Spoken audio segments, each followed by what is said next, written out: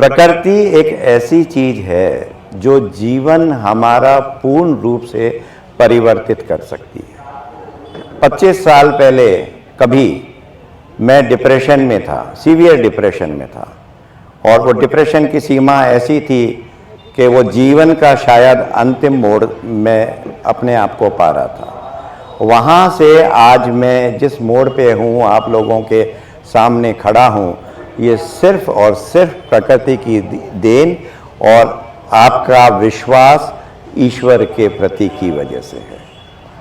प्रकृति वो कर सकती है जो आपकी माँ आपके लिए करती है। प्रकृति और माँ में कोई फर्क नहीं है, मेरा ऐसा मानना है।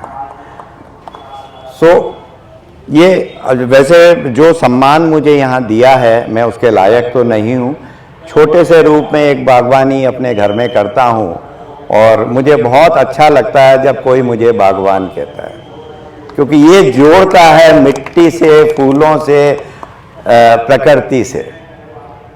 गार्डनर कहलाना अंग्रेज़ों का शब्द है और अंग्रेज़ों की है। हाई सोसाइटी में अच्छा लगता है, लेकिन अपनों के बीच में बागवान ही अच्छा लगता है। बागवानी बहुत मुश्किल नहीं है। इसको मुश्किल मैं ये कहूँगा सो कॉल्ड एक्सपर्ट्स ने बना दिया है। मुझे बागवानी का कोई ज्ञान नहीं था। बीकॉम का मैं ग्रेजुएट हूँ। कभी मैंने आज तक कोई किताब नहीं पढ़ी है बागवानी की, कोई मैंने आज तक गूगल नहीं किया कभी।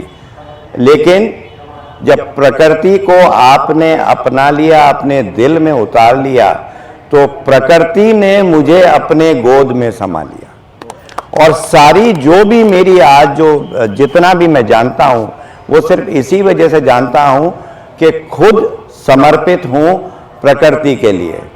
और 11,000 बच्चों की मैं एकमात्र माँ हूँ। और जो ये भाव जब आप लेके अपनी बागवानी करेंगे और अपने पौधों से जुड़ेंगे, तो कोई कारण नहीं है थोड़े समय में आपको किसी गुरु की, किसी ज्ञान की ज़रूरत नहीं पड़ेगी। एक मार्गदर्शन की हमको ज़रूरत है, और कोई अच्छा मार्गदर्शन हमें मिलता है तो आप किसी तरीके से भी जोर से, ज़बरदस्ती से, प्यार से, उनका स्नेह से उनसे एक इनिशियल मार्गदर्शन ले लें, उसको फॉलो करें। देखिए होता क्या है, आज हम यहाँ बैठे हैं, कुछ अच्छी बातें मैंने बोली और भी बोलेंगे, यहाँ सुनी, बाहर गए, हम अपनी दुनिया में खो गए। उसी दुनिया में हमको प्रकृति को साथ में उतारना है, और उतारने के लिए कोई मेरे जैसे 10 घंटे नहीं चाहिए। मेरा तो अब भावात्मक जुड़ाव है, क्योंकि वो बच्चे मुझे मिस करते हैं अगर मैं वहाँ उतने समय नहीं होता हूँ, और मैं भी उतना ही मिस करता हूँ। एक ऐसा जुड़ाव है, हम रोज़ाना बात करते हैं, वो मुझसे रूठते हैं, मैं उनसे रूठता हूँ, उनको मुझे मनाना पड़ता है। मैं 2 दिन भीलवाड़ा आया हूँ, मुझे 10 बार कहना पड़ता है कि कुछ और बच्चे भी हैं, उनसे भी मिलने जाना है। और अब वो एक्सेप्ट करते हैं इस बात को। आप ये शायद कोई भरोसा करे नहीं करे, लेकिन वो एक्सेप्ट करते हैं आपका वर्जन। तो अब बागवानी क्या है और कैसे शुरुआत की जा सकती है? क्योंकि सबसे बड़ा प्रश्न है कि पता नहीं कौन सा पौधा लगाएं, कैसी खाद हो, क्या मिट्टी हो, पानी कब देना है। मेरे हिसाब से सबसे पहले मैं बात शुरू करता हूं मिट्टी से। क्या सॉइल मिक्स हमको गार्डनिंग में, एक एज अ लेमैन अगर आप नई गार्डनिंग शुरू कर रहे हैं तो क्या होना चाहिए? मेरे हिसाब से सबसे बढ़िया रेशियो 75% अच्छी गार्डन सॉइल और 25% गोबर की खाद या वर्मी कंपोस्ट जो अवेलेबल हो वो। इससे बढ़िया कोई रेशियो नहीं है। अगर ये रेशियो में चाहे आप सब्जियां लगाते हैं, चाहे आप पौधे लगाते हैं, फूल लगाते हैं, पेड़ लगाते हैं, सब 90% चांस है कि सक्सेसफुल होंगे और आपको किसी टेक्निकल आदमी के पास जाने की ज़रूरत नहीं पड़ेगी। इतना सिंपल है। ये सॉइल मिक्स कराइए। आप अगर गमलों में बागवानी करते हैं तो गमले में एक नीचे अगर आपने देखा होगा एक छेद होता है ना, उस पे एक टूटे हुए गमले की, मटके की, ठीकरी बोलते हैं हम जोधपुर में, उसको उल्टा लगा के या तो 3 उसके चारों तरफ लगाइए और चौथी उसके ऊपर रख दीजिए। ये ड्रेनेज के लिए, ताकि पानी जो एक्सेस पानी हम पिलाते हैं वो निकल जाए। फूल पौधे क्यों मरते हैं, ये सबसे बड़ा प्रश्न है।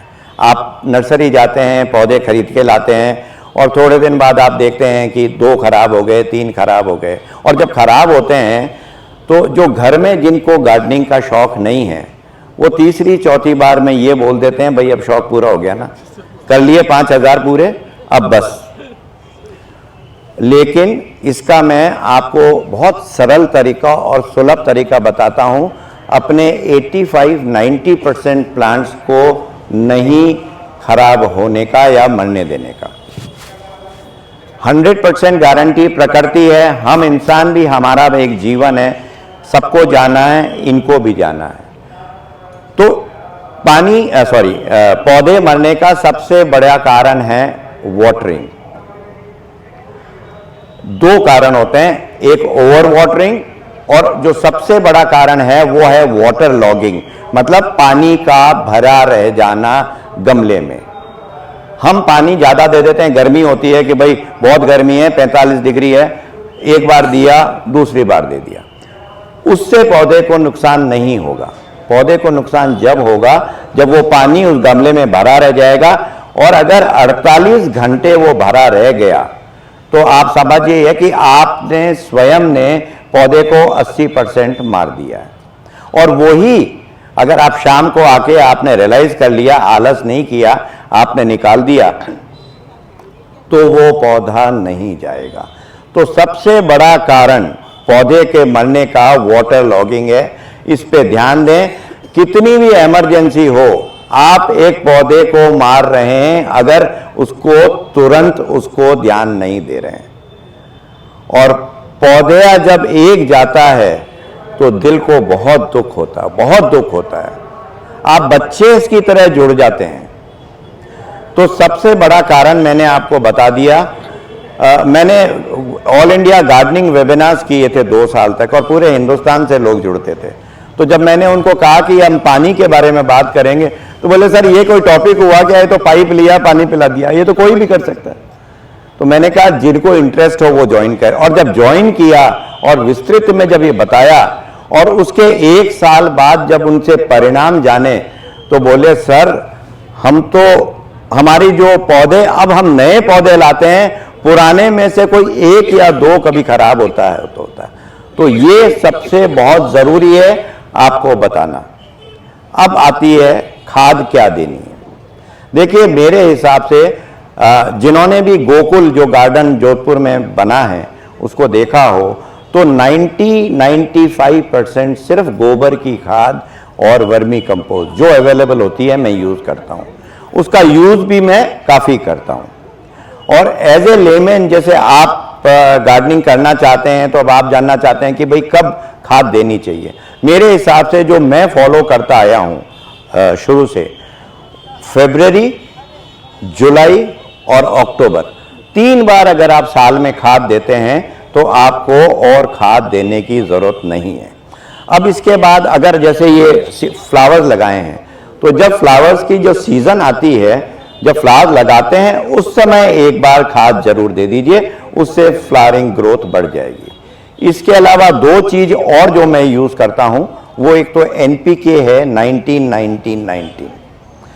एनपीके को यूज करिए, लेकिन उसकी सीमित मात्रा होती है 7 ग्राम, 6 से 7 ग्राम 1 लीटर में, और ये यूज करना है सिर्फ नवंबर से लेके मार्च तक, सर्दियों में। गर्मियों में जहां तक हो नहीं यूज करना है। केमिकल से युक्त फर्टिलाइजर जितना कम यूज करें उतना बेहतर। और दूसरा है डीएपी। ये भी सर्दियों में फूलों के पौधों में 6 से 8 दाने, फलों के पेड़ों में भी आप डाल सकते हैं, लेकिन क्वांटिटी सीमित होनी चाहिए। और कितनी बार यूज करना है ये भी मैं बता देता हूं। जैसे अगर आपने समझिए नवंबर फर्स्ट वीक में एनपीके को यूज किया है, तो 10-12 दिन बाद में आप 7-8 दाने डीएपी के डाल सकते हैं। और ये आप 10-10 दिन के इंटरवल से 4 हफ्ते से 5 हफ्ते कर दीजिए, उसके बाद कोई जरूरत नहीं पड़ेगी। आपके फूल मुस्कुराएंगे, आप मुस्कुराएंगे, आपके मित्र मुस्कुराएंगे और आपका घर मुस्कुराएगा। लेकिन सबसे बड़ी बात जो गार्डनिंग की सक्सेस की है वो है पेशेंस और हमारी प्रेजेंस। देखिए आज का जो समय है, सब जनों के पास में इतने बिजी हैं कि टाइम निकालना थोड़ा मुश्किल होता है। कभी कभी हम 2-2 दिन तक नहीं ध्यान दे पाते हैं, घर में कार्य होता है, ऑफिस का कार्य होता है। लेकिन उसके बावजूद मैं एक निवेदन सबसे करूंगा कि कभी ऐसा इत्तेफाक हो, एक बार अपने पौधों के पास चक्कर लगा के चले जाइए, एक हाथ उनके ऊपर बस फेर के चले जाइए। वो 2 दिन आपके मिस नहीं करेंगे, तीसरे दिन आप जाएंगे तो आपको मुस्कुराकर स्वागत करेंगे। एक और चीज ये हो गया। उसके अलावा अभी जो पेस्टिसाइड्स के बारे में, जो ऑर्गेनिक पेस्टिसाइड्स के बारे में इतना अच्छी तरीके से आपने बताया है, इसको अगर हम फॉलो करें, देखिए केमिकल पेस्टिसाइड हम जितना कम यूज करेंगे हमारे स्वास्थ्य के लिए भी वो फायदेमंद है और पौधों के लिए भी, और मिट्टी खासकर बहुत ज्यादा खराब होती है उसकी वजह से। तो पर्यावरण को नुकसान नहीं होगा अगर हम जो आज आपने सुना ऑर्गेनिक पेस्टिसाइड कह रहे हैं, और नहीं हो तो एक बार सब लोग सरल तरीके से, सिंपल तरीके से आपसे वापस समझ लें। सर मुझे भी बहुत ज्ञान मिला, मैं बहुत शुक्रगुजार हूं आपका इसके लिए। इसके पेशेंस, देखिए पेशेंस हमारे जीवन में सिर्फ बागवानी में नहीं है, जीवन में भी बहुत पेशेंस चाहिए। सक्सेस कभी भी ओवरनाइट नहीं मिलती, हमको लगे रहना पड़ता है, जूझते रहना पड़ता है, कार्य करते रहना पड़ता है। मेरा पोता कोविड के समय सर जोधपुर आया था, तो रोज सुबह 7 बजे 8 बजे गार्डन में आता था, और एक दिन मुझे आके बोला, दादू do you want to learn how to grow bhindi. 4.5 साल का मेरा पोता। मैंने तो नहीं डू यू, हाँ मैंने कहा यस यस ऑफ कोर्स, मैं तो सीखना चाहूंगा। तो फिर दादू आप ध्यान से सुनिए, आपको क्या करना होगा। आपको पहले मिट्टी खाद लेनी है, उसको मिलाना है, मिला के गमला लेना है, गमले में भरना है, उसके बाद उसमें एक छेद करके भिंडी का बीज लगाना है, उसके बाद उसको आपको रोज पानी देना है। लेकिन जो अब मैं बोलने जा रहा हूं वो बहुत इंपॉर्टेंट है, तो मेरे को समझ में नहीं आया, इसने बता तो सब दिया है, अब क्या इंपॉर्टेंट। बोले दादू patience, you have to have patience of 45 days, भिंडी will grow after 45 days। मतलब उस दिन मुझे इतनी खुशी हुई कि जो बात इसको मैंने कोई 2-4-15 दिन पहले बताई थी, इतनी विस्तृत रूप में मुझे इसने वापस बताई है, और वो वीडियो मैंने सोशल मीडिया पे शेयर करी, लोग अचंभित हो गए। तो जब एक 4.5 साल का बच्चा समझ सकता है, तो आप और हम तो मुझे नहीं लगता कोई कारण है। प्रयास करते रहिए, सीखते रहिए, बात करते रहिए, ज्ञान प्रकृति स्वयं हमको देगी। एक दूसरे से बात करना, मुझे ज्ञान क्या मिला, मैं आज भी अगर मुझे कोई मिल जाता है, इवन मैं जो प्रोजेक्ट्स करता हूं उसमें एक साधारण सा वो हेल्पर है, वो कभी मुझे कभी कभी कोई सजेशन देता है, साहब मैं कुछ बोलूं, और वो जब बोलता है तो मुझे रियलाइज होता है यार मैं 50 साल हो गए गार्डनिंग करते, मुझे समझ में नहीं आई और इसने इतनी सरलता से वो बात बता दी। तो सीखने का हमको, ये हमारा दिमाग है, ये हमेशा खोलना है, इसमें बड़ा कोई नहीं है। मैं आज भी यही समझता हूं कि गार्डनिंग का ज्ञान की मैं पहली सीढ़ी चढ़ रहा हूं, और एक शब्द जो हमारा ये बागवानी का या जीवन में हमको नीचे आजा ले आता है, वो है, आपने अभी बहुत खूबसूरत रूप से बोला था, एक ही शब्द है, बहुत छोटा है, एक अक्षर का, मैं। आप कितने भी ऊंचाइयां छू लें, कितना भी सुंदर गार्डन बना लें, लेकिन भाव आपके ये रहेंगे, मैं निमित्त हूं, करवा वो रहा है, प्रयास मेरा है, आशीर्वाद उनका है, आशीर्वाद इतने हजारों लोगों की दुआओं का है। तो आप हमेशा, आप अपना गोकुल स्वयं बनाएंगे।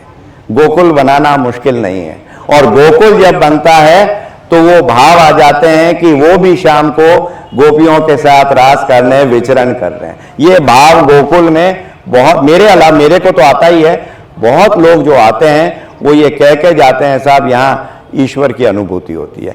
एक हैं जो यहाँ गोकुल में पधारे हैं, आप उनसे ही सुनिए कि वो जब पधारे, एक ये हैं और वो, हाँ मैं पहली बार जाकर देख कर आया ना, तो बाढ़ में आने के बाद सबसे ज्यादा ना लोगों को जो सवाल थे, और जब मैंने वीडियो और जो सारे जो वीडियो और जो फोटोज जो वायरल हुए थे हमारे, उसके बाद सबसे पहला सवाल ये था कि यार जुगाड़ कहाँ से किया, अप्रोच किसकी लगाई वहाँ पे जाने के लिए, किससे फोन करवाया? मैं इसका एक थोड़ा सा जवाब आपको देना चाहूँगा।